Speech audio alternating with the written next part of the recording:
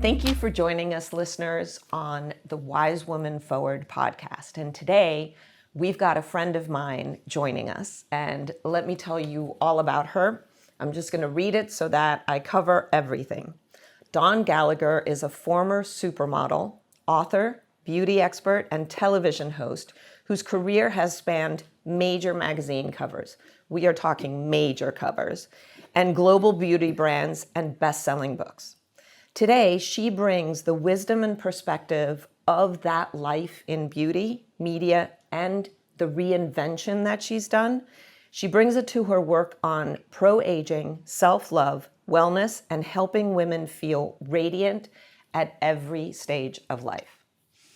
Hi, Dawn. Hi. It's so nice to have you here. Thank you. So happy to be here. So I have to admit that when I heard of you, because we met through like a meditation energy group, and when I heard of you and realized the supermodel that you were, because I was in fashion for many, many years. So in the 80s, I remember you, Yeah. right?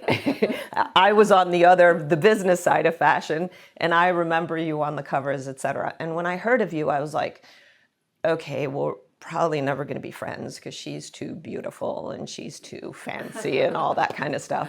And then we met, and I found such a depth in you because you're not just external beauty. You have taken that and found a completely deeper side of that for yourself and for women. So tell me more about that.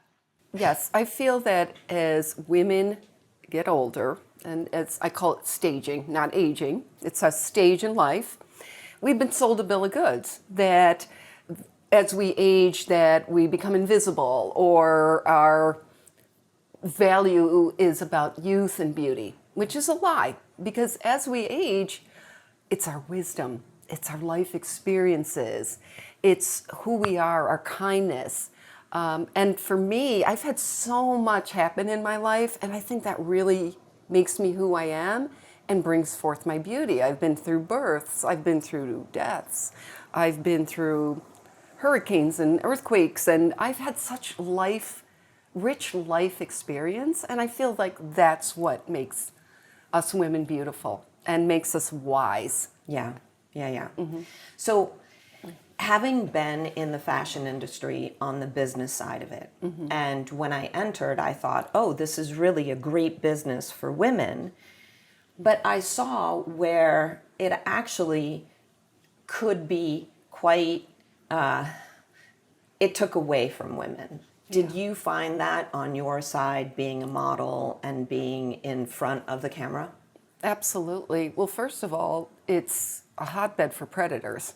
So let's just call it what it is as a model.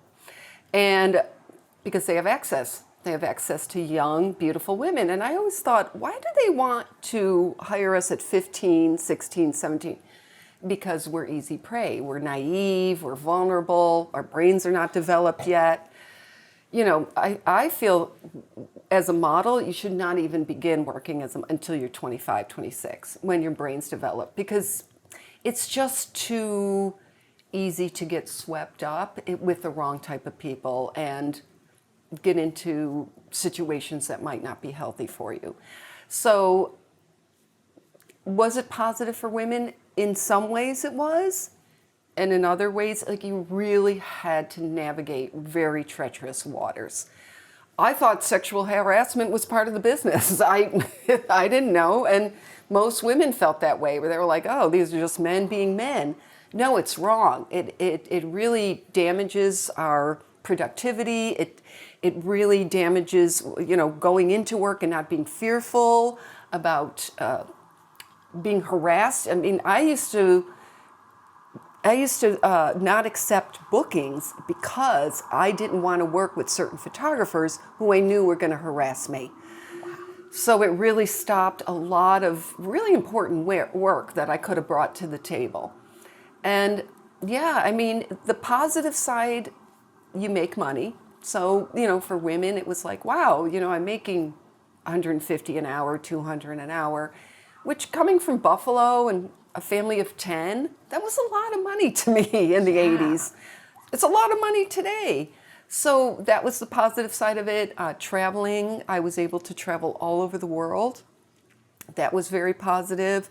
And just being able to learn about finance and managing my finances and credit cards and opening a bank account and things like that. So there were some positive aspects, and I met some great people like you know, people that were in the industry, that were behind the scenes, that were bookers or people that were in the fashion houses, and I met some great people. Yeah.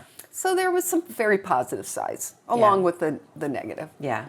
You make a really good point that why not start modeling at 25, 26? Because that also gives a much better view for women looking at models in terms of what to model themselves after. When we're starting them so young, it gives us all this unrealistic feeling of, oh my God, I'm already old in my mid-20s. Right.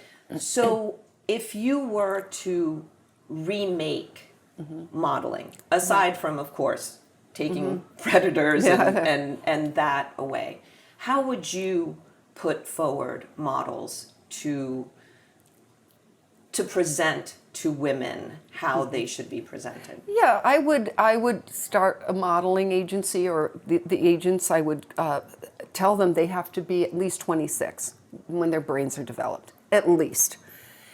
No retouching, because they would hire 15-year-olds and then retouch them. How does that make a woman feel when you're looking at a 16-year-old and you're in your 30s, 40s, 50s, and they're also retouched?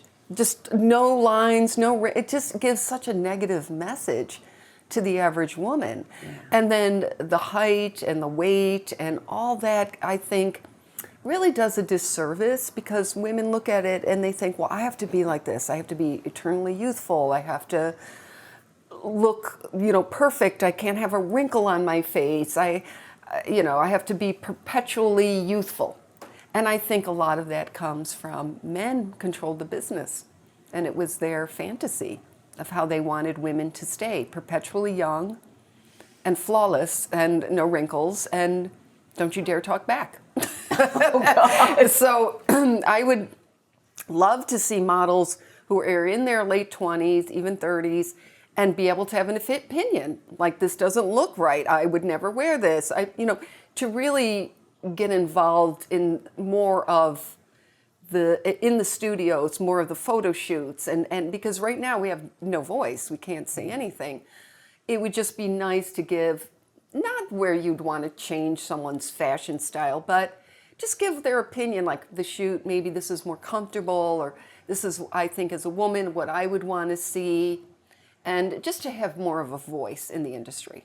In our film, Wise Women, one of the things that we talk about is that once we go through menopause, we really lose whatever voice we already didn't have. The little voice that we had during our fertility and reproduction, we lose a lot of that. Yeah. And you're talking about the women that we're looking at in magazines aren't having any voice in how they're being put forward. And presented, yeah.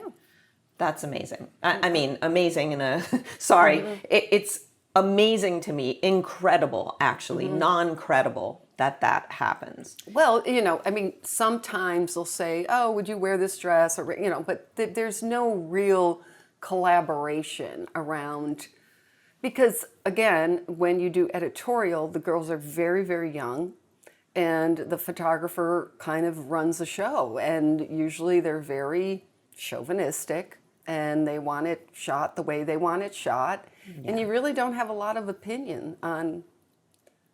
They can put you on broken glass and expect you to just suck it up and take the picture and look great. Yeah. And even if you say, this is really uncomfortable for me, they're like, well, we're trying to get a good shot. Yeah. So, there are things that I think if there's just a little more collaboration in the editorial especially, and older women, not so young, I think they would have a better outcome. Yeah, and they would really be speaking to women. Yeah. Yeah. So now you now are postmenopausal and you've gone through the different stages of life, and you really, on your socials and in your platforms, you really bring forward being your best at any age. Right. And so you have beauty tips and eating tips and all sorts of things of being your best. But what I love is it's not being your best a particular way. Right, right. Right? And, I don't want to judge any woman that wants to do plastic surgery or get this facelift or Botox. I really have no judgment. We shouldn't be judging each other as women. We really shouldn't. But what I'm trying to say is we've been sold a bill of goods for so many years of how we're supposed to look and be perfect and we can't age. And we have so many messages that have made us feel bad about aging. I want to flip the switch on that and say it's okay to age, but we still want to look as best we could. I mean, we don't want to look like we're just came out of like off the streets or hurricane. but we want to look our best at whatever age that is, and that's has to do with health. We want to look healthy, and we want to be happy, and that's where the beauty comes in, because you can get all the surgeries done, but if you're not happy and you're not healthy and you're not eating well and you're not taking care of yourself, you're not getting good sleep, you're not drinking enough water, you're not honoring. See, women, they're so exhausted. They don't honor themselves. They don't take that hour to just go and get a little facial or just go in their bathroom and do something, like a warm bubble bath with like flowers and a little bit of tea. I feel that we need to start taking more time, because that is the divine wisdom. Yeah. That we need to use our intuition to go back to that more happy, relaxed. I think we get more work done when we're not as exhausted. When we're not running around trying to do a million things at once. We need to kind of just relax and take some time for ourselves. Yeah. Every day, even if it's 10 minutes. Yeah. As you said, it's self-care, even on a very basic level. Yeah. To close the door of the bathroom and take a little bath. Or if you don't have time for that, like a foot bath. Right. Just something that makes you feel good. Right. Yeah. Even if it's the smallest thing. Self-care is not self-indulgent. It's self-preservation. I love that. Yeah, it's self-preservation. It's saying, I love myself enough that I'm going to take 10, 15 minutes and go put a face mask on and maybe read a chapter in a book and make a nice cup of peppermint tea. Yeah. And I'm okay with that. I matter. I matter. Yeah. I matter. It's small things, saying no when somebody's trying to push you to do something that you don't want to do. Yeah. That's honoring yourself. And I think as the stage in our life, menopause, post-menopause, it's going back to that wisdom of honoring ourselves and having the boundaries and being able to say, I love myself enough that I'm going to take care of myself first. Yeah, that's awesome. So our podcast is called Wise Women Forward because we really believe that kind of the social structure that we're in, be it patriarchy, whatever you want to call it, but it keeps wanting to pull us into drama, which kind of has us look backwards. But if we think forward, that's how change is going to happen. When you think of Wise Women Forward, what does that mean for you? Wise Women Forward. Well, I look at the bonobos and the elephants that, it's like, wouldn't it be great to bring more women into leadership? When I think forward, I think women in more leadership roles, having more of a voice when it comes to the environment or how we treat animals or how we just treat the oceans, the earth in general. And I don't think we have enough women in those wise women years, the 50s, 60s, 70s, to really be in these positions, and we really need that. You know, in the indigenous cultures, especially the matriarchal cultures, they always counseled the wise women before they did it. The Native American Indians always counseled the wise women because they had the wisdom and the life experiences to say, well, I don't think this is wise to do this. This might hurt 7 generations ahead. Yeah. Wouldn't it be wonderful if we had that in our culture, to really use and hear the voices of the wise women? Yeah. So that we can really help our children and the generations that are going to come after us. And to me, that's forward thinking. Yeah. Is there a question that I didn't ask you that you would like to answer? Is there something that I didn't think to ask you? No, I think you've asked the most amazing questions. I'm really appreciative of this interview.